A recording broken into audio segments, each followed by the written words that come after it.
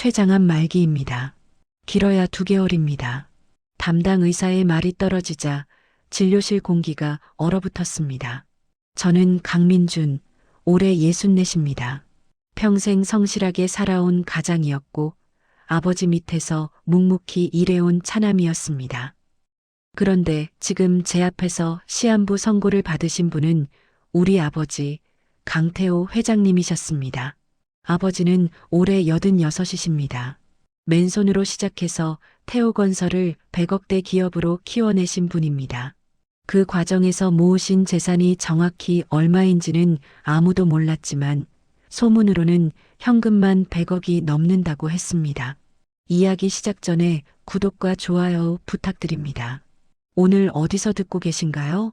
댓글로 알려주시면 감사한 마음을 담아 보답하겠습니다. 그럼 이야기 시작합니다. 아버지, 옆에 있던 큰형 민국이 형이 떨리는 목소리로 말했습니다.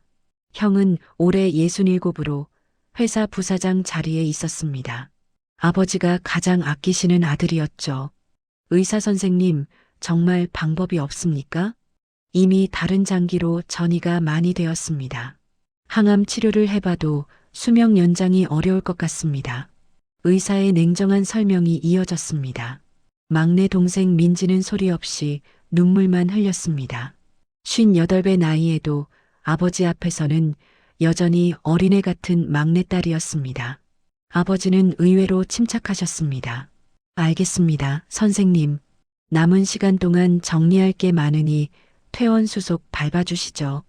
회장님, 통증 관리를 위해서라도 입원 치료를 권해드립니다. 필요 없소. 집에서 지내다 갈 겁니다. 아버지의 목소리는 단호했습니다. 평생 독단적으로 살아오신 분이었습니다. 병원을 나서는데 큰형이 저를 슬쩍 잡아 끌었습니다. 민준아, 우리 잠깐 커피나 한잔하자. 형님, 지금 그럴 때입니까? 아버지 일 때문에 하는 얘기야. 근처 커피숍에 앉자마자 형이 조심스럽게 입을 열었습니다. 민준아, 아버지 재산 문제를 생각해 봐야 할 것 같아. 재산이요? 아버지가 유언장 같은 걸 남기셨을까? 회사 지분은 어떻게 되는 거고? 순간 뒷목이 서늘해졌습니다. 아버지가 돌아가시기도 전에 재산 이야기라니. 형님, 그건 너무 이른 것 아닙니까? 아니야. 미리 준비 안 하면 나중에 큰일 나. 우리 셋이서 재산 싸움하는 꼴 보고 싶어? 형의 눈빛이 예사롭지 않았습니다. 아버지가 살아계시는데 무슨 2개월이야, 2개월. 그 안에 정리 안 되면 상속세만 해도 어마어마해. 회사도 큰일 나고. 형은 이미 계산을 다 해둔 것 같았습니다. 형님, 저는 이런 이야기 하고 싶지 않습니다. 자리에서 일어나려는데 형이 제 팔을 붙잡았습니다. 야, 강민준. 정신 차려. 너도 자식 둘 대학 보내야 하고 결혼도 시켜야 할 거 아니야? 이런 기회가 어디 있어? 기회라니요? 아버지 재산이 100억이 넘는다고. 우리 셋이서 나눠도 30억씩이야. 평생 벌어도 못 모을 돈이라고. 제 귀가 솔깃해지는 걸 느꼈습니다. 30억? 정말 상상도 못할 돈이었습니다. 하지만 형님, 민지는 어떡합니까? 민지는 시집간 딸이잖아. 시집살이 잘하고 있고 남편도 사업 잘 되고 우리랑은 사정이 다르지.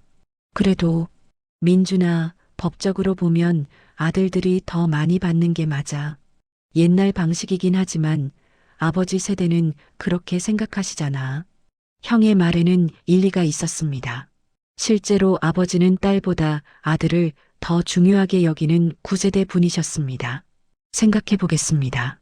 커피숍을 나오는데 휴대폰이 울렸습니다. 민지였습니다. 오빠, 나 좀 만날 수 있어? 무슨 일인데? 전화로는 안 될 것 같아. 오빠 회사 근처로 갈게. 30분 후 회사 앞 공원에서 민지를 만났습니다. 오빠, 아까 큰오빠가 뭐라고 그랬어? 별말 안 하던데. 거짓말 마. 큰오빠 표정 보니까 알겠더라. 재산 이야기했지? 민지의 눈빛이 날카로웠습니다. 민지야, 그게. 오빠, 나도 아버지 자식이야. 근데 왜 오빠들끼리만 이야기하는 거야? 그런 게 아니라 나도 권리가 있어. 나도 아버지 밑에서 평생 눈치 보면서 살았다고. 민지의 목소리가 떨렸습니다. 시집가서 얼마나 고생했는데 남편 사업 망해서 빚더미에 앉았을 때 아버지한테 도움 한번 청했어? 안 했잖아. 자존심 때문에. 그건 몰랐어. 오빠들은 아버지 돈으로 사업도 하고 집도 사고 다 했잖아. 나만 혼자 힘으로 살았어. 그러니까 이번에는 내 목 제대로 받을 거야. 민지가 가방에서 서류 봉투를 꺼냈습니다. 이게 뭔데? 변호사 명함이야. 상속 전문 변호사. 나 이미 상담받았어. 순간 등골이 서늘해졌습니다. 민지야, 아버지가 아직 살아계시는데 벌써 변호사까지. 오빠들도 움직이고 있잖아. 나만 가만히 있으라고? 민지의 눈에서 평소에 볼 수 없던 날카로움이 보였습니다. 오빠, 나한테 유리하게 해줄 거야, 아니야? 분명히 말해줘. 그야. 대답 안 해도 알아.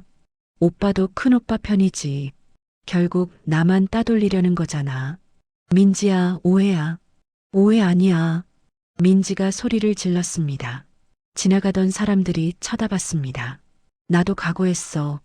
오빠들이 나를 적으로 만들면 나도 가만히 안 있을 거야. 민지는 그 말을 남기고 가버렸습니다.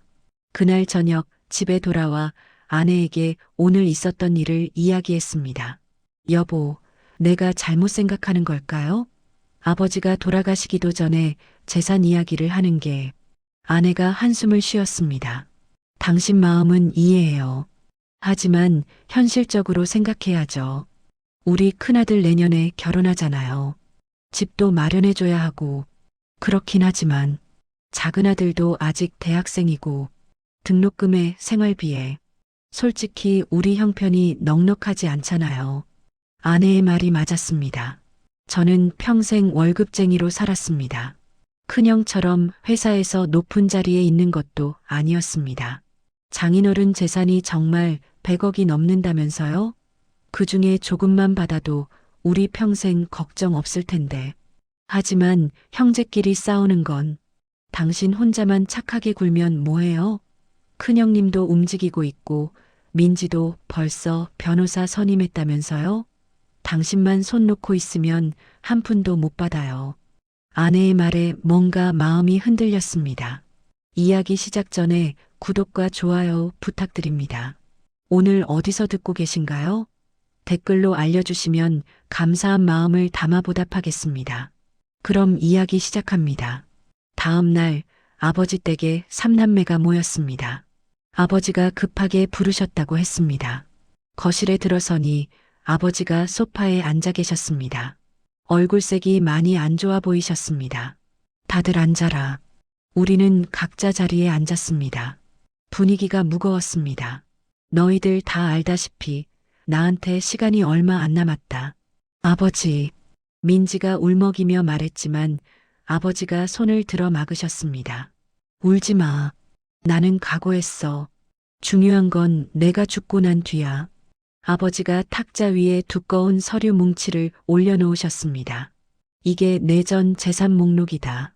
현금 90억, 부동산 30억, 회사 지분 50억, 총 170억 정도 된다.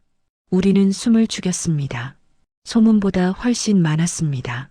이 돈을 너희 셋한테 어떻게 나눠줄지 고민했다. 큰형이 앞으로 몸을 내밀었습니다. 아버님, 제가 회사를 이어받는 게 맞지 않겠습니까? 제가 부사장으로. 닥쳐, 민구가. 아버지의 목소리가 차가웠습니다. 내 말 다 듣고 떠들어. 형이 얼굴을 붉히며 입을 다물었습니다. 나는 공평하게 나눠주고 싶지 않다. 예. 우리 셋이 동시에 되물었습니다. 왜 공평하게 나눠줘야 하지? 너희가 나한테 한 게 뭐가 같아? 아버지의 말에 숨이 막혔습니다. 민국이 너 부사장이라고 거들먹거리면서 회사 돈 빼돌린 거 내가 다 안다. 아버지, 그건 오해입니다. 오해?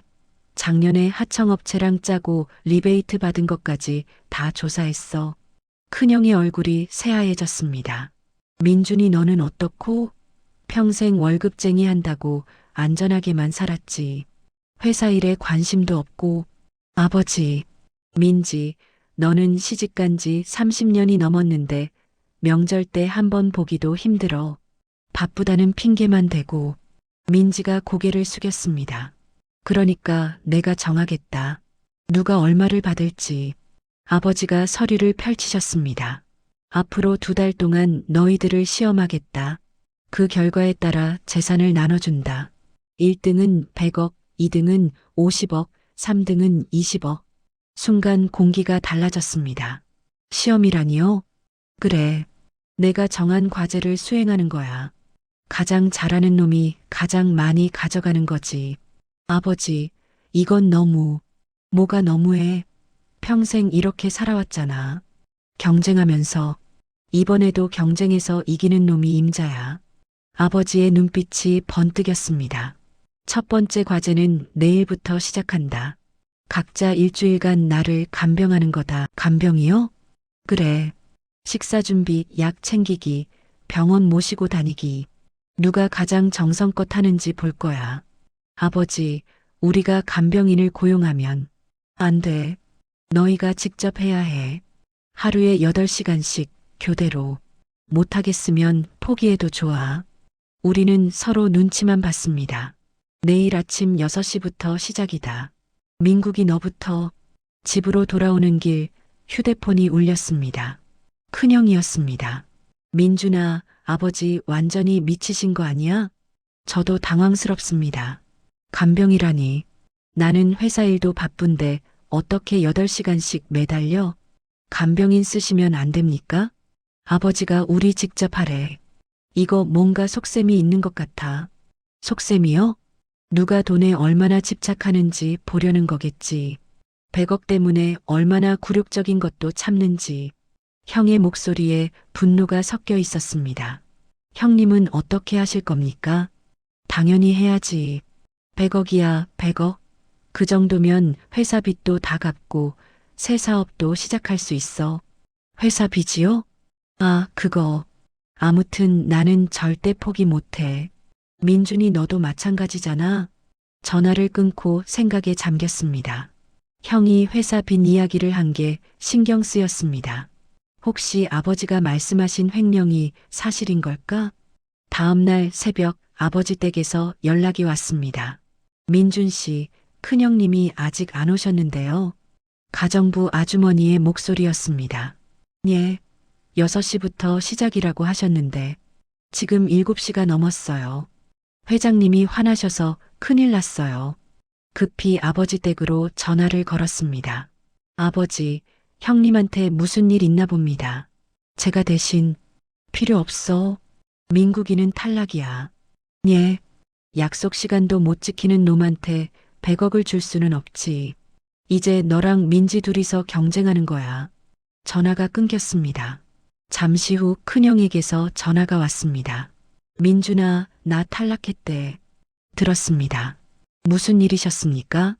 어젯밤에 회사에서 급한 일이 생겨서 아침에 깜빡 잠들었어. 근데 아버지가 그것도 못 봐주시네. 형의 목소리에 절망이 묻어났습니다. 민준아, 너라도 꼭 이겨라. 그리고 나중에 나 좀 도와줘. 무슨 말씀이십니까? 아버지 말씀대로 내가 회사 돈을 좀 썼어. 사실은 빚이 많아. 10억 정도. 10억이요? 응. 그걸 막으려면 돈이 필요해. 내가 100억 받으면 나한테 10억만 빌려줘. 응? 형의 애원하는 목소리를 들으며 씁쓸했습니다. 생각해 보겠습니다. 오후가 되어 민지에게서도 연락이 왔습니다. 오빠, 축하해. 뭐를? 경쟁자가 하나 줄었잖아. 이제 우리 둘만 남았네. 민지의 목소리가 차가웠습니다. 민지야, 우리 이러지 말자. 형제끼리. 오빠, 정신 차려. 이건 전쟁이야. 100억이 걸린 전쟁. 나는 절대 질 생각 없어. 민지야, 내가 왜 이러니? 왜긴 왜야. 내 인생 한 번이야. 시집가서 30년을 개처럼 살았어. 시어머니 눈치, 남편 눈치, 시누이 눈치. 이제는 내가 당당하게 살고 싶어. 그래도 오빠도 마찬가지잖아. 자식들 뒷바라지 하려면 돈 필요하지? 우리 솔직해지자. 누가 더 간절한가 승부 보는 거야. 민지가 전화를 끊었습니다. 그날 저녁 저는 아버지 댁으로 갔습니다. 제 차례였으니까요. 아버지는 침대에 누워 계셨습니다. 왔니? 네, 아버지.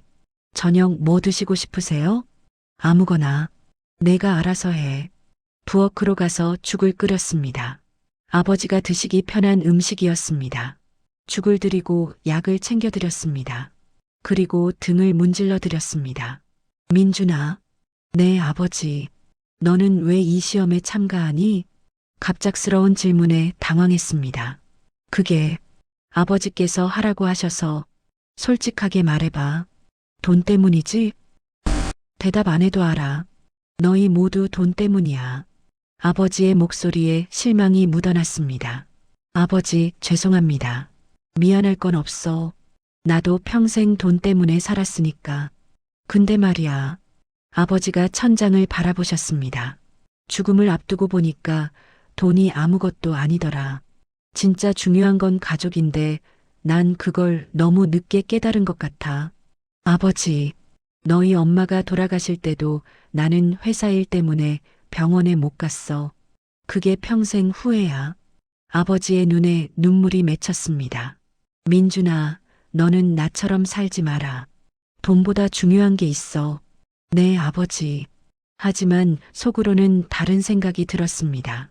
돈이 중요하지 않다면 왜 이런 시험을 하시는 걸까요? 일주일이 지났습니다. 저와 민지는 교대로 아버지를 간병했습니다. 민지는 정말 정성을 다했습니다. 매일 직접 요리를 해왔고 아버지 방을 청소하고 심지어 발톱까지 깎아드렸습니다. 저도 지지 않으려고 최선을 다했습니다. 아버지가 좋아하시는 옛날 노래를 틀어드리고 신문을 읽어드리고 산책도 모셨습니다. 그런데 이상한 일이 생기기 시작했습니다.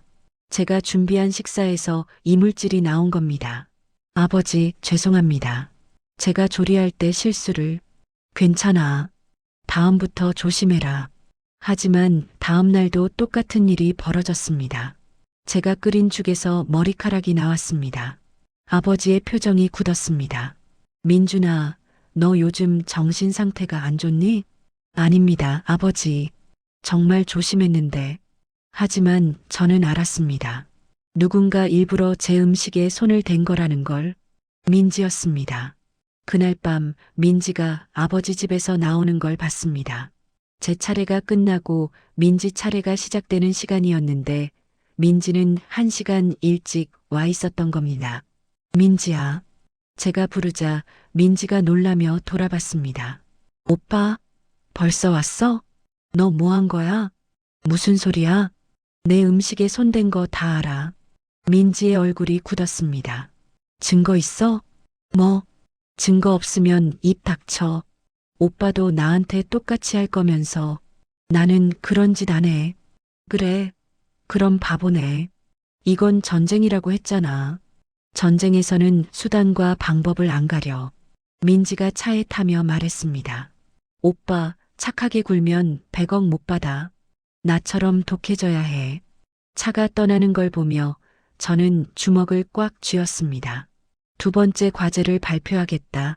아버지는 우리의 대답을 기다리지 않고 말을 이었습니다. 이번 과제는 좀 다르다. 너희 각자에게 1,000만 원씩을 주겠다. 이 돈으로 한 달 안에 가장 의미 있는 일을 해라. 어떻게 쓰든 상관없다. 하지만 그 결과로 너희가 어떤 사람인지 보여줘야 한다. 1,000만 원. 적지 않은 돈이었습니다. 한 가지 조건이 있다. 이 돈으로 절대 주식이나 투자를 해서는 안 된다. 순수하게 쓰는 용도로만 사용해라. 한 달 후에 결과를 보고하는 거다. 아버지는 각자에게 봉투를 하나씩 건네셨습니다. 두툼한 현금 뭉치였습니다. 집으로 돌아오는 차 안에서 아내가 물었습니다. 여보, 1,000만 원을 어디에 쓸 생각이세요? 글쎄, 아버지가 원하시는 게 뭘까? 의미 있는 일이라고 하셨잖아요. 아마도 어려운 사람들을 돕거나 사회에 기여하는 걸 원하시는 것 같은데요. 아내의 말이 맞는 것 같았습니다. 하지만 단순히 기부만 하면 될까요? 다음 날 큰형님에게서 연락이 왔습니다. 민수야, 점심이나 같이 할까?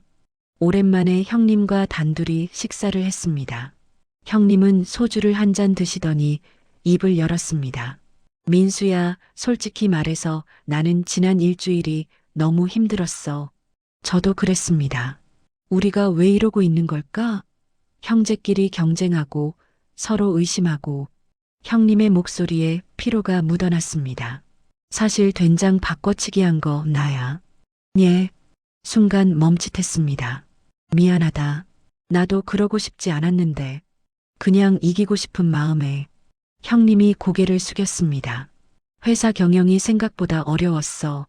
아버지는 쉽게 하시는 것 같았는데 막상 내가 전무로 일하면서 보니까 적자도 많이 나고 요즘 경기도 안 좋잖아. 솔직히 아버지 재산이 절실하게 필요해. 형님, 너는 직장 생활 안정적으로 하고 있잖아. 민지는 시집 잘 가서 남편이 잘 살고. 근데 나는 회사 망하면 갈 곳이 없어. 평생을 아버지 그늘에서 살아왔는데 큰형님의 고백을 듣고 있자니 마음이 복잡했습니다. 형님, 저도 사정이 있습니다. 아들이 내년에 결혼하는데 집도 마련해줘야 하고 요즘 집값이 얼마나 비싼데요. 직장도 언제 잘릴지 모르는 상황이고요. 그래, 우리 다들 어렵지. 근데 아버지는 왜 우리를 이렇게 시험하시는 걸까? 모르겠습니다. 그냥 재산 3등분해서 나눠주시면 될 텐데. 형님이 소주잔을 비우고 저를 똑바로 쳐다봤습니다.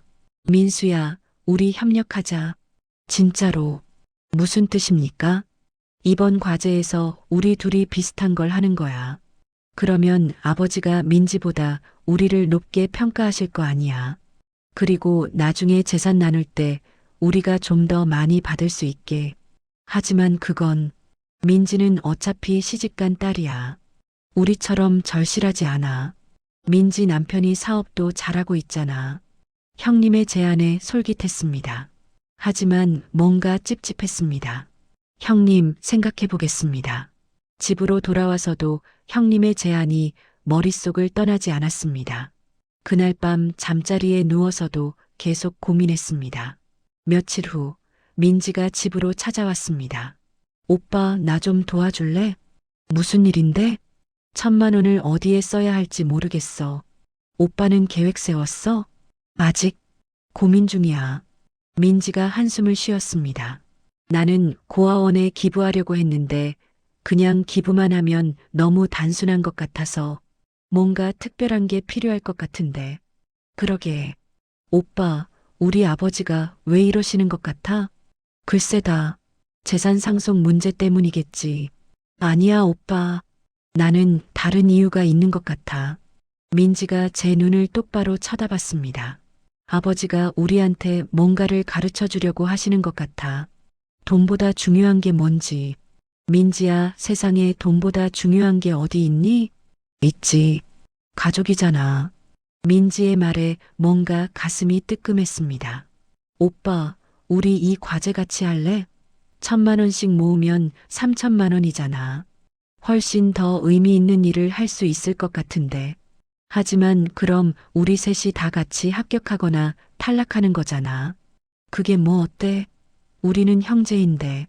민지의 제안은 형님의 제안과 정반대였습니다. 형님은 민지를 배제하자고 했고 민지는 모두 함께하자고 했습니다. 민지야, 생각해보마. 동생이 돌아가고 난 뒤 아내가 말했습니다. 여보, 민지 말이 맞는 것 같아요. 장인어른이 원하시는 게 바로 그게 아닐까요? 형제가 협력하는 모습. 하지만 그럼 재산을 어떻게 나누시려는 걸까? 재산은 나중 문제고 일단 장인어른의 마음을 얻는 게 중요하지 않을까요? 아내의 말도 일리가 있었습니다. 일주일이 지났습니다. 저는 아직도 결정을 못 내린 채 시간만 보내고 있었습니다. 그러던 어느 날 회사에서 일하는데 큰형님에게서 급한 전화가 왔습니다. 민수야, 큰일 났어. 무슨 일입니까? 아버지가 쓰러지셨어. 지금 병원이야. 심장이 철렁했습니다. 급히 회사를 나와 병원으로 달려갔습니다. 응급실 앞에는 이미 큰형님과 민지가 와 있었습니다. 어떻게 된 거야? 갑자기 복통을 호소하시다가 의식을 잃으셨대. 지금 응급 처치 중이야. 1시간쯤 지났을까요? 담당 의사 선생님이 나오셨습니다. 보호자분들이시죠? 네, 그런데 어떻습니까? 환자분이 췌장암 말기이신 건 아시죠? 암이 예상보다 훨씬 빠르게 진행되고 있습니다. 이대로라면 의사 선생님이 말을 잠깐 멈췄습니다. 일주일도 힘들 것 같습니다. 민지가 그 자리에서 주저앉았습니다. 싫어. 아빠, 저도 눈물이 났습니다. 1,000만 원 과제니 재산이니 하는 것들이 갑자기 하나도 중요하지 않게 느껴졌습니다. 큰형님이 의사 선생님께 물었습니다. 그럼 지금 당장 큰 수술을 하면 안 됩니까? 이미 전이가 너무 많이 되어서 수술은 불가능합니다. 지금은 통증을 줄여드리는 것밖에는. 우리는 아버지의 병실로 들어갔습니다. 아버지는 침대에 누워 계셨습니다. 일주일 전만 해도 정정하셨는데 갑자기 많이 야위신 것 같았습니다. 아버지, 민지가 아버지 손을 잡고 울었습니다. 아버지가 희미하게 웃으셨습니다. 울지 마라. 아빠는 괜찮다. 아버지, 힘내세요. 우리가 있잖아요. 큰형님도 눈물을 닦으며 말했습니다. 얘들아, 아빠가 미안하다. 무슨 말씀을 그렇게 하세요. 너희들을 힘들게 했구나. 돌아가기 전에 시험 같은 거 해서 아버지의 목소리가 약해졌습니다. 아니에요, 아버지. 우리가 잘못했어요. 제가 말했습니다. 우리가 평소에 아버지한테 잘해드렸어야 하는데 재산 때문에 이제야 정신 차렸습니다. 그래, 너희가 깨달았으면 됐다. 아버지가 천천히 눈을 감으셨습니다. 이제 과제는 그만두자. 재산은 나중에 이야기하고. 아버지가 잠드셨습니다. 우리는 병실 밖으로 나왔습니다. 복도에서 큰형님이 말했습니다. 우리가 정말 못된 자식들이었어. 맞아요, 형님. 민지가 눈물을 닦으며 말했습니다. 오빠들, 우리 이제 경쟁 그만하자. 그냥 아버지 마지막 가시는 길 편안하게 해드리자. 큰형님과 저는 고개를 끄덕였습니다. 나도 그러고 싶다. 더 이상 이런 짓 못하겠어. 저도 그렇습니다. 우리는 그날부터 교대로 병실을 지켰습니다. 1,000만 원 과제 같은 건 까맣게 잊었습니다. 사흘이 지났습니다. 아버지의 상태는 조금 나아지신 것 같았습니다. 얘들아, 오늘은 좀 아버지가 일어나 앉으셨습니다. 아버지, 무리하지 마세요. 아니다. 너희들한테 할 말이 있어서. 우리는 아버지 침대 주변에 둘러앉았습니다. 너희들이 1,000만 원 과제는 어떻게 됐니?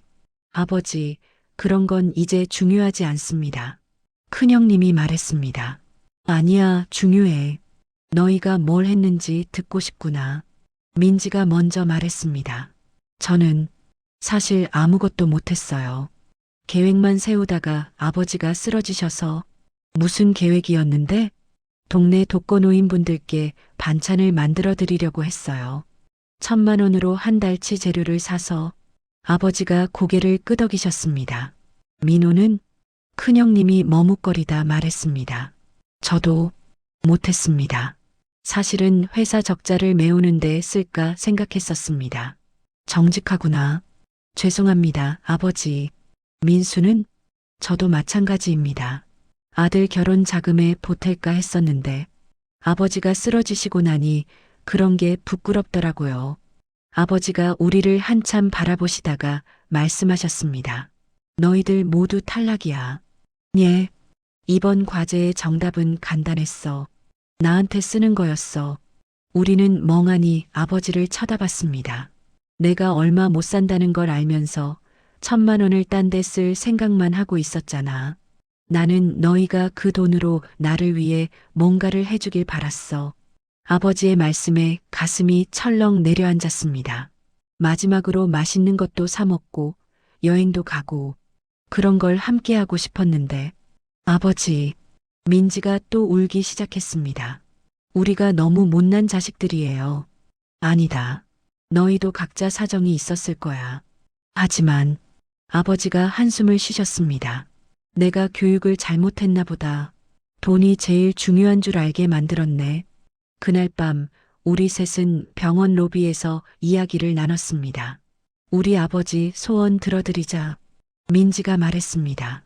1,000만 원씩 모아서 아버지가 원하시는 거 다 해드리는 거야. 좋은 생각이다. 큰형님도 동의했습니다. 저도 찬성입니다. 저도 고개를 끄덕였습니다. 다음 날부터 우리는 아버지를 위한 계획을 세웠습니다. 먼저 아버지가 좋아하시는 음식들을 병원에서 드실 수 있게 준비했습니다. 의사 선생님께 여쭤보니 드시는 건 괜찮다고 하셨습니다. 큰형님은 아버지가 젊었을 때 자주 가셨던 식당을 찾아내서 음식을 가져왔습니다. 저는 아버지 옛날 사진들을 모아서 앨범을 만들었습니다. 어머니와 함께 찍으신 사진, 우리 삼남매 어렸을 때 사진들. 민지는 아버지가 좋아하시는 옛날 노래들을 모아서 병실에서 틀어드렸습니다. 아버지는 많이 좋아하셨습니다. 그래, 이게 효도지. 돈 쓰는 게 효도가 아니라 함께 시간을 보내는 게 효도야. 일주일쯤 지났을까요? 아버지의 상태가 다시 악화되었습니다. 의사 선생님이 말씀하셨습니다. 이제 정말 며칠 안 남으신 것 같습니다. 마음의 준비를 하셔야 할 것 같습니다. 우리는 그날 밤을 꼬박 세우며 아버지를 지켰습니다. 새벽 5시쯤 아버지가 눈을 뜨셨습니다. 얘들아, 다 있니? 네, 아버지. 여기 다 있어요. 좋아. 마지막으로 할 말이 있다. 우리는 아버지 침대 가까이 다가갔습니다. 사실은 말이다. 아버지가 숨을 크게 들이쉬셨습니다. 나는 췌장암이 아니야. 순간 세상이 멈춘 것 같았습니다. 예, 처음부터 거짓말이었어. 암 진단도 시한부 인생도 전부 다. 우리 셋은 말문이 막혔습니다. 무슨 말씀이세요? 큰형님이 떨리는 목소리로 물었습니다. 내가 의사 선생님들한테 부탁했어. 너희들한테 거짓말을 해달라고. 그리고 이번에 쓰러진 것도 연기였고. 아버지가 침대에서 일어나 앉으셨습니다. 갑자기 건강해 보이셨습니다. 왜 그러신 겁니까? 제가 물었습니다. 너희를 시험하려고. 아버지의 목소리는 단호했습니다. 나는 평생 돈을 벌면서 살았어. 그리고 너희들도 돈만 밝히는 사람으로 키웠지. 그게 너무 후회가 됐어. 아버지, 그래서 생각했어. 내가 죽는다면 너희가 어떻게 행동할까? 재산 앞에서 형제애를 지킬 수 있을까? 민지가 분노에 찬 목소리로 말했습니다. 그래서 우리한테 이런 잔인한 짓을 하신 거예요? 잔인하다고? 하지만 진실을 받잖니. 아버지가 우리를 번갈아 쳐다봤습니다. 민호, 너는 동생 음식에 손을 댔어. 민수, 너는 형하고 짜고 민지를 배제하려고 했지. 그리고 민지, 아버지가 잠시 멈췄습니다. 너는 처음에는 혼자만 잘하려고 했어. 나중에야 형제들과 협력하자고 했지. 우리는 아무 말도 할 수 없었습니다. 너희 모두 시험에 떨어졌어. 하지만 아버지가 미소를 지으셨습니다. 마지막에는 합격했다. 내가 평생 돈만 쫓아다니면서 살았어. 너희들한테도 돈이 제일 중요하다고 가르쳤지. 그게 잘못이었어. 아버지의 고백에 우리는 아무 말도 할 수 없었습니다. 그래서 이런 시험을 한 거야. 너희가 돈 앞에서 어떤 인간이 되는지 보려고. 아버지, 그럼 지금은 정말 괜찮으신 겁니까? 제가 떨리는 목소리로 물었습니다. 아버지가 산소 마스크를 벗으셨습니다. 그리고 침대에서 일어나 앉으셨습니다. 괜찮다. 이것도 연기였어. 우리는 입을 다물지 못했습니다. 의사 선생님들한테 다 부탁했어. 너희를 속이라고. 돈 좀 쥐어줬더니 다들 협조해 주시더라. 큰형이 벌떡 일어났습니다. 아버지, 이게 무슨 짓입니까? 무슨 짓이라니? 교육이지. 교육이요? 저희를 이렇게 가지고 노신 게 교육이라고요? 형의 목소리가 떨렸습니다. 우리가 얼마나 고통스러웠는지 아세요? 아버지 돌아가신다고 얼마나 가슴 아팠는지 알아. 그래서 미안하다고 했잖아. 미안하다고요? 미안하다는 말로 다 되는 줄 아세요? 형이 주먹을 불끈 쥐었습니다. 저는 정말 아버지 걱정했습니다. 회사 빚도 아버지 때문에 진 거예요. 아버지 회사 살리려고 제 돈을 다 쏟아부었다고요. 그래서 횡령을 했어? 그건 민구가 내가 회사 돈 빼돌린 거 다 알아. 하청업체 리베이트 받은 것도. 형의 얼굴이 새하얘졌습니다. 하지만 그 돈을 내가 개인적으로 쓴 게 아니라 회사 적자 메우는 데 썼다는 것도 알아. 그래서 내가 이미 정리해뒀어. 회사 재정도 안정시켜놨고. 아버지, 민구가 너는 능력은 있는데 방법이 잘못됐어. 그래서 이번 기회에 바로 잡아주고 싶었어. 아버지가 형을 바라보셨습니다. 앞으로 회사는 내가 맡아라. 하지만 제대로 해. 뒷구멍으로 돈 버는 짓 하지 말고. 네, 아버지. 형이 고개를 숙였습니다. 아버지가 이번엔 저를 보셨습니다. 민준아. 네, 아버지. 너는 착한 놈이야. 하지만 너무 약해.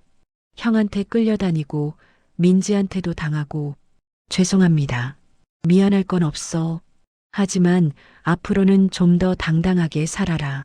내 생각을 확실하게 말하고. 네, 아버지. 그리고 냉장고 온도 올린 건 정말 실망이었어. 제 얼굴이 화끈거렸습니다. 하지만 마지막에 법원 안 간 건 잘한 거야. 그게 진짜 내 모습이지. 아버지가 민지를 봤습니다. 민지야. 네, 아빠. 민지가 울먹이며 대답했습니다. 너는 내가 제일 걱정이었어. 시집살이가 힘들다는 건 알았는데 그게 너를 이렇게 독하게 만들 줄은 몰랐어. 아빠, 음식에 머리카락 넣고 동생 음식 망치는 그런 짓을 하는 내 딸이 아니었는데. 죄송해요, 아빠. 저도 제가 이렇게 변할 줄 몰랐어요. 민지가 바닥에 주저앉아 울었습니다. 일어나라, 민지야. 아버지가 민지를 일으켜 세웠습니다. 너는 원래 착한 아이였어. 단지 환경이 너를 힘들게 만들었을 뿐이지. 아빠, 시집살이 힘들면 나한테 말했어야지. 왜 혼자 참았니? 아빠한테 걱정 끼치기 싫었어요. 저도 자존심이 있는데 자존심 때문에 고생할 필요 없어. 앞으로는 힘들면 아빠한테 말해. 네, 아빠. 아버지가 우리 셋을 둘러보셨습니다. 너희한테 이렇게 가혹한 시험을 한 건 너희를 미워해서가 아니야. 사랑하기 때문이었어. 아버지, 내가 진짜 죽기 전에 너희가 어떤 인간들인지 확인하고 싶었어. 그리고 바로 잡아주고 싶었고. 아버지가 서랍에서 서류를 꺼내셨습니다. 이게 진짜 유언장이야. 우리는 숨을 죽였습니다. 회사 지분은 민국이한테 준다.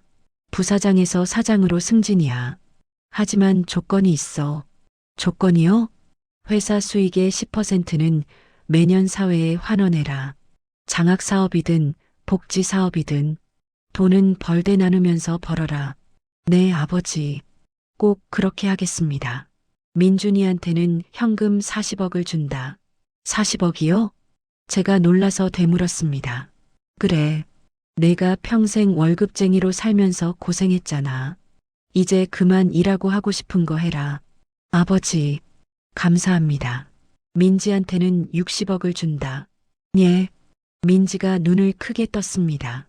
왜 제가 제일 많이 받아요? 너는 시집살이 하면서 제일 고생했잖아.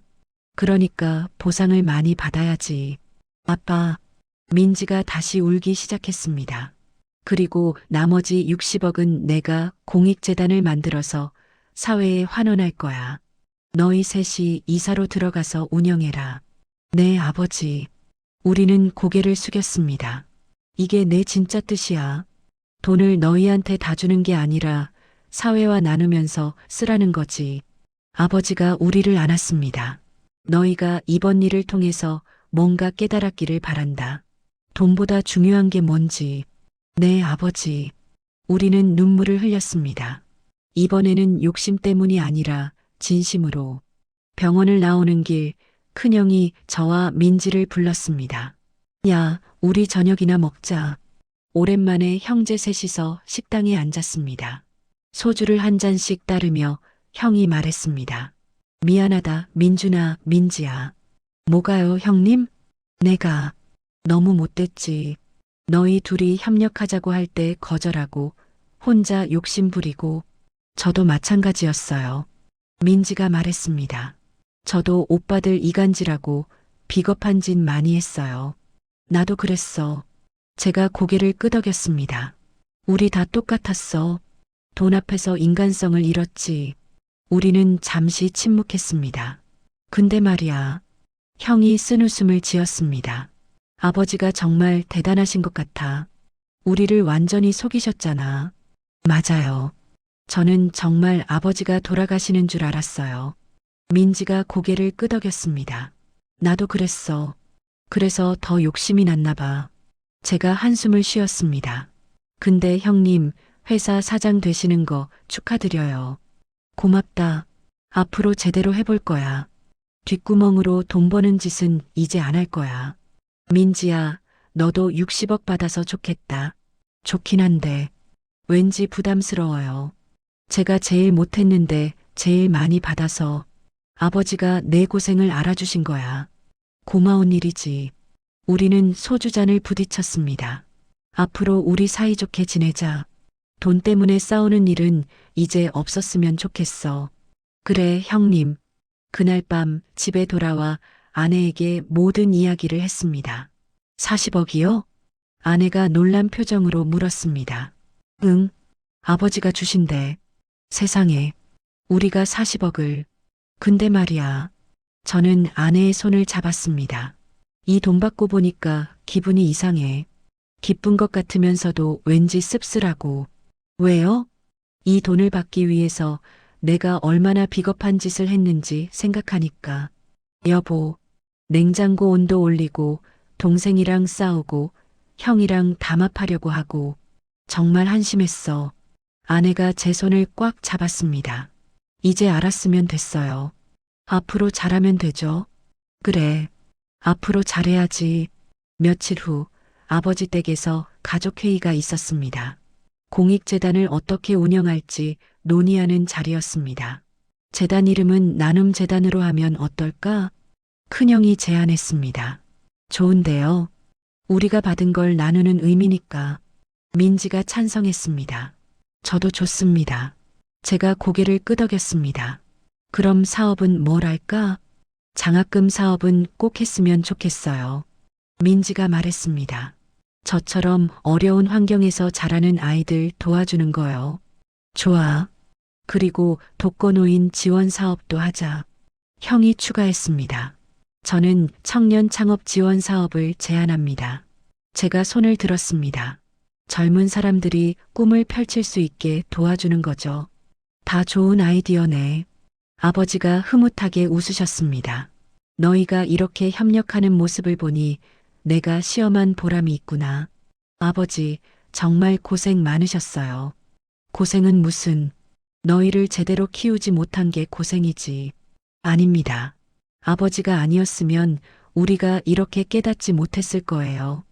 큰형이 말했습니다. 맞아요, 아빠. 저도 이번 일로 많이 배웠어요. 민지가 고개를 끄덕였습니다. 저도 그래요. 돈이 전부가 아니라는 걸. 제가 덧붙였습니다. 그래, 너희가 알아줘서 고맙다. 아버지가 우리를 바라보며 미소 지으셨습니다. 한 달 후 나눔재단이 정식으로 출범했습니다. 언론에서도 관심을 가졌습니다. 60억 규모의 재단이 만들어진다는 소식이 화제가 되었죠. 강태호 회장, 노년의 사회환원 나서, 삼남매가 함께 운영하는 공익재단 출범. 신문 기사들이 쏟아졌습니다. 재단 사무실에서 첫 회의를 했습니다. 첫 장학생을 선발하려고 하는데 기준이 뭘까요? 민지가 물었습니다. 성적만으로 보면 안 될 것 같아요. 정말 도움이 필요한 아이들을 찾아야죠. 제가 말했습니다. 맞아. 형편이 어려워도 꿈을 포기하지 않는 아이들. 큰형이 동의했습니다. 그럼 직접 학교들을 방문해서 추천을 받는 게 어떨까요? 좋은 생각이야. 우리는 일주일간 여러 학교를 방문했습니다. 가난하지만 열심히 공부하는 아이들을 만났습니다. 부모님이 안 계셔도 굳세게 사는 아이들도 있었습니다. 이 아이들을 보니까 마음이 아파요. 민지가 눈물을 닦았습니다. 우리는 얼마나 좋은 환경에서 자랐는데 돈 때문에 싸웠잖아요. 맞아. 부끄러워. 형도 고개를 숙였습니다. 이제라도 제대로 하면 되는 거지. 제가 그들의 어깨를 두드렸습니다. 첫 해에 100명의 장학생을 선발했습니다. 장학증서 전달식 날 아이들의 밝은 얼굴을 보며 뿌듯함을 느꼈습니다. 감사합니다. 열심히 공부해서 나중에 저도 다른 사람 도울 수 있는 사람이 되겠습니다. 한 학생이 눈물을 흘리며 말했습니다. 그래, 잘하렴. 내가 나중에 성공하면 또 다른 아이를 도와줘.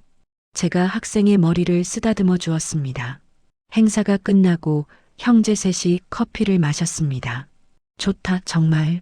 형이 말했습니다. 뭐가요? 이렇게 돈을 쓰니까 기분이 좋아. 예전에는 돈 벌고 모으기만 했는데 이렇게 나눠주니까 훨씬 의미 있어. 저도 그래요. 민지가 고개를 끄덕였습니다. 처음에는 욕심으로 시작했지만 지금은 진심으로 하고 싶어요. 나도 마찬가지야. 제가 웃었습니다. 아버지가 우리한테 진짜 유산을 물려주신 것 같아. 진짜 유산? 응. 돈이 아니라 마음을 물려주신 거지. 나누는 마음. 맞아. 우리는 고개를 끄덕였습니다. 그날 저녁 아버지 댁에 모였습니다. 오랜만에 가족이 다 모인 저녁 식사였습니다. 아내들과 손주들까지 함께였습니다. 할아버지, 저희 아빠가 재단에서 일하는 거 정말 멋있어요. 큰형 아들이 말했습니다. 그래, 내 아빠 자랑스럽지? 네. 나중에 저도 할아버지처럼 사람들 도와주는 일하고 싶어요. 오, 그래. 훌륭한 생각이네.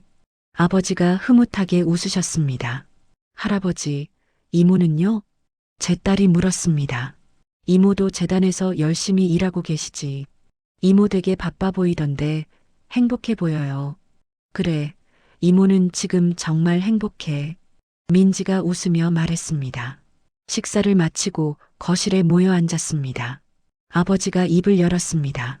너희들한테 사과할 게 있다. 뭐가요, 아버지? 예전에 너무 가혹한 시험을 했지. 그게 좀 미안해. 아닙니다, 아버지. 덕분에 우리가 깨달았어요. 큰형이 말했습니다. 맞아요. 그 시험이 없었으면 우리 아직도 욕심만 부리고 살았을 거예요. 민지가 덧붙였습니다. 저도 그래요. 이제는 돈이 전부가 아니라는 걸 알았어요. 제가 말했습니다. 너희가 그렇게 생각해 주니 다행이다. 아버지가 안도의 한숨을 쉬었습니다. 사실 내가 제일 걱정했던 게 너희가 내 시험 때문에 서로 원수가 될까봐 그랬어. 그럴 뻔했죠. 형이 쓴웃음을 지었습니다. 하지만 결국 더 가까워진 것 같아요. 그래, 이제 우리는 진짜 형제가 된 것 같아. 제가 형과 민지의 손을 잡았습니다. 그래, 이게 내가 원했던 거야. 아버지의 눈에 눈물이 맺혔습니다. 돈으로 맺어진 관계가 아니라 진심으로 서로를 아끼는 형제. 네, 아버지. 이제 우리는 절대 돈 때문에 싸우지 않을 거예요. 약속해, 너희. 네, 약속합니다. 우리는 하나로 포옹했습니다. 6개월 후 재단은 더욱 확대되었습니다. 장학 사업뿐만 아니라 독거노인 지원, 청년 창업 지원까지 다양한 사업을 펼쳤습니다. 형님, 이번에 신청한 청년 창업가들 정말 대단해요. 제가 서류를 보며 말했습니다. 그래, 어떤 아이디어들이 있는데? 환경을 생각하는 사업들이 많아요. 재활용품으로 패션 제품 만드는 것도 있고, 좋은데? 그런 친구들 적극 지원해주자. 네, 형님. 민지가 사무실로 들어왔습니다. 오빠들, 좋은 소식이에요. 뭔데? 우리가 지원한 학생 중에 한 명이 전국 학력 경시대회에서 대상을 받았대요. 정말? 누군데? 기억하죠? 부산에서 온 그 학생. 부모님이 안 계셔서 할머니랑 사는. 아, 그 친구. 공부도 열심히 하고 효심도 깊던 친구. 네, 그 학생이 대상 받았어요. 그리고 우리한테 감사 편지도 보냈어요. 민지가 편지를 꺼냈습니다. 읽어봐. 큰형이 말했습니다. 민지가 편지를 읽기 시작했습니다. 나눔 재단 은인 여러분께 저는 재단의 도움으로 꿈을 포기하지 않을 수 있었습니다. 경제적으로 어려워서 학원도 못 다니고 참고서도 못 샀지만 재단에서 지원해 주신 덕분에 열심히 공부할 수 있었습니다. 이번 대상은 저 혼자만의 것이 아니라 저를 도와주신 모든 분들의 것입니다. 나중에 제가 성공하면 꼭 다른 친구들을 도와줄 것을 약속드립니다. 감사합니다. 편지를 다 듣고 우리는 모두 눈시울이 붉어졌습니다. 이거 봐. 우리가 한 일이 정말 의미 있었어. 형이 감격스러운 표정으로 말했습니다. 그러니까요. 이런 편지 받으니까 정말 보람 있어요. 우리 앞으로 더 열심히 하자. 더 많은 아이들 도와주자. 그래. 우리는 서로를 격려했습니다. 1년이 지났습니다. 재단 창립 1주년 기념식이 열렸습니다. 아버지도 참석하셨습니다. 여러분, 오늘 이 자리에 함께 해주셔서 감사합니다. 큰형이 무대에 올라가 인사말을 했습니다. 1년 전 저희 삼남매는 아버지로부터 특별한 선물을 받았습니다. 돈이 아니라 교훈이었습니다. 청중들이 집중해서 들었습니다. 우리는 한때 욕심 때문에 서로 싸우고 형제애를 잃었습니다. 하지만 아버지의 가르침으로 진짜 중요한 게 뭔지 깨달았습니다. 형의 목소리가 떨렸습니다. 돈은 벌기 위해서가 아니라 나누기 위해서 있는 것입니다. 그리고 가족은 경쟁 상대가 아니라 서로 돕는 관계입니다. 박수가 터져 나왔습니다. 앞으로도 나눔재단은 더 많은 사람들을 돕겠습니다. 여러분의 많은 관심과 성원 부탁드립니다. 행사가 끝나고 아버지가 우리를 불렀습니다. 수고했다, 얘들아. 아버지, 다 아버지 덕분입니다. 아니야. 너희가 스스로 깨달은 거지. 아버지가 우리를 번갈아 보셨습니다. 1년 전 너희 모습과 지금 너희 모습이 완전히 다르구나. 그렇죠? 그래. 눈빛부터 달라. 예전에는 욕심으로 가득했는데 지금은 따뜻해 보여. 아버지가 만들어주신 거예요. 아니야. 너희 안에 원래 있던 거야. 내가 그걸 끄집어낸 것뿐이지. 아버지가 우리를 안았습니다. 이제 나는 정말 편하게 죽을 수 있을 것 같다. 아버지, 무슨 말씀이세요? 농담이야, 농담. 나 아직 한참 더 살 거야. 아버지가 웃으셨습니다. 너희가 재단이라는 거 보면서 즐겁게 살아야지. 그날 밤 집으로 돌아와 아내와 이야기를 나눴습니다. 여보, 난 정말 운이 좋은 사람인 것 같아. 왜요? 아버지가 그런 시험을 안 하셨으면 나는 평생 돈에 미친 사람으로 살았을 거야. 그러게요. 장인어른이 정말 지혜로우신 분이에요. 40억을 받은 것도 감사하지만 그보다 더 큰 걸 받았어. 뭐요? 진짜 행복이 뭔지 깨달은 거. 아내가 제 손을 잡았습니다. 나도 그래요. 처음에는 40억 받는다고 좋아했는데 지금은 그 돈으로 의미 있는 일하는 게 더 행복해요. 우리 앞으로도 이렇게 살자. 욕심 부리지 말고 나누면서. 네, 여보. 2년이 지났습니다. 재단은 전국적으로 유명해졌습니다. 많은 기업과 개인들이 후원금을 보내왔습니다. 형님, 이번에 후원금이 10억이 넘게 들어왔어요. 제가 보고했습니다. 정말 우리 재단을 믿고 돈을 보내주시다니 감사한 일이네. 사람들이 우리 활동을 인정해 주는 것 같아요. 그래, 앞으로 더 책임감 있게 운영해야겠어. 민지가 들어왔습니다. 오빠들, 좋은 소식? 우리 재단이 올해의 모범 공익재단으로 선정됐대요. 정말? 네. 정부에서 표창도 주신대요. 대단한데? 이제 우리 재단이 정말 제대로 된 재단으로 인정받은 거네요. 우리는 서로 손을 맞잡고 기뻐했습니다. 표창식 날 우리 삼남매가 함께 무대에 올랐습니다. 아버지도 객석에 앉아 계셨습니다. 나눔재단 강민국, 강민준, 강민지 이사님들께 이 상을 드립니다. 박수가 터져 나왔습니다. 상을 받고 내려오는데 아버지가 환하게 웃고 계셨습니다. 그 웃음을 보는 순간 깨달았습니다. 이게 아버지가 원했던 거구나. 돈을 많이 버는 자식이 아니라 사회에 기여하는 자식. 서로 경쟁하는 형제가 아니라 협력하는 형제. 그날 밤 우리 삼남매와 아버지가 함께 저녁을 먹었습니다. 아버지, 2년 전 그 시험. 지금 생각하면 정말 놀라워요. 제가 말했습니다. 왜?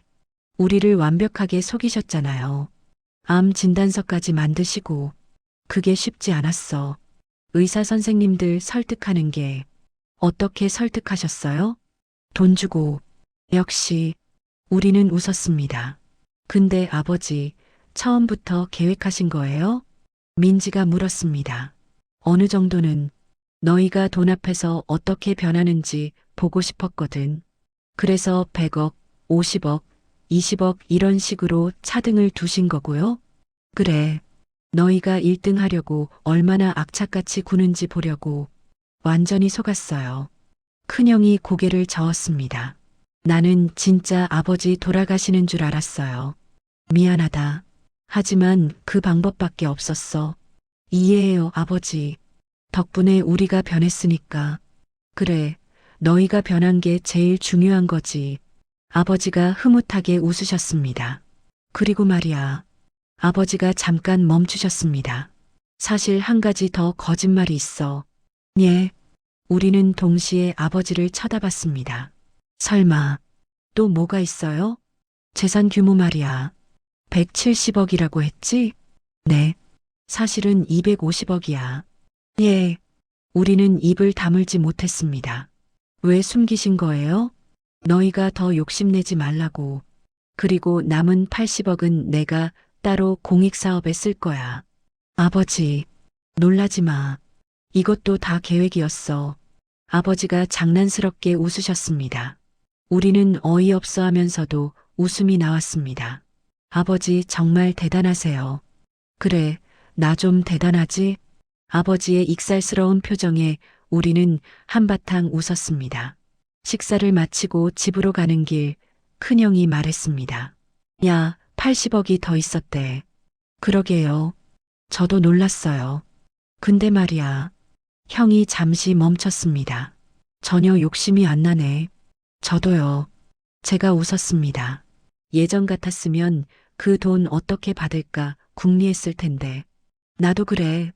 민지가 고개를 끄덕였습니다. 이제는 아버지가 알아서 잘 쓰실 거라고 믿어요. 그래, 우리가 정말 많이 변했네. 우리는 서로를 보며 미소 지었습니다. 그리고 깨달았습니다. 아버지의 100억짜리 계획은 성공했다는 것을. 우리는 돈이 아니라 훨씬 더 귀한 것을 배웠으니까요. 가족의 소중함과 나눔의 기쁨을. 그게 아버지가 우리에게 물려주신 진짜 유산이었습니다.